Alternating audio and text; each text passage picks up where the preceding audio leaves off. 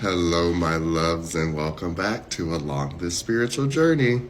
So, you're going to have moments when you won't believe the things that people question compared to everything else in the world, but it makes sense compared to everything else in the world.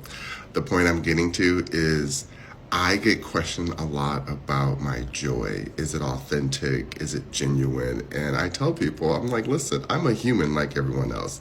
I'm going to have issues. I'm going to have negative thoughts. I'm going to have sad days, bad days, all of the things in between. But what I have learned throughout this process is that joy for me is a tool that I have utilized to recognize that this is all a game. We've said it so many times.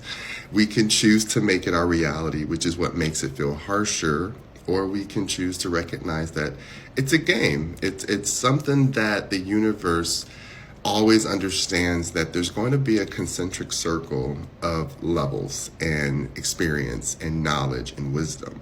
And even within those confinements and in that cycle, you could be the smartest of the bunch, but if there's still any type of trauma attached to your avatar from your ancestors and your relatives, then that's the part of it that we've been talking about throughout this process of cleansing the self. Again, I always tell people, you can choose to do any practice you want. You can choose to do any type of rituals you want. But the main thing that matters during all of those processes is your intent.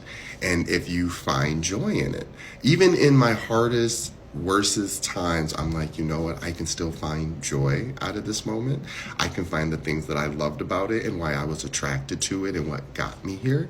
But I also recognize that it's time for me to abandon this or walk away because it's necessary sometimes.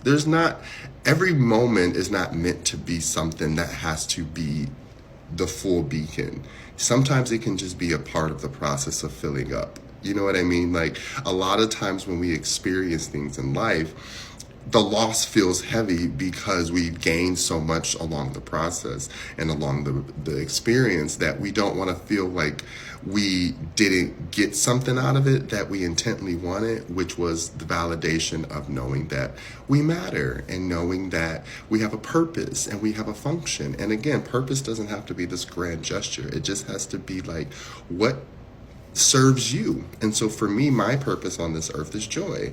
I love to be happy. I love to spread it and I love to share it. And I encourage you to find what makes you stand out.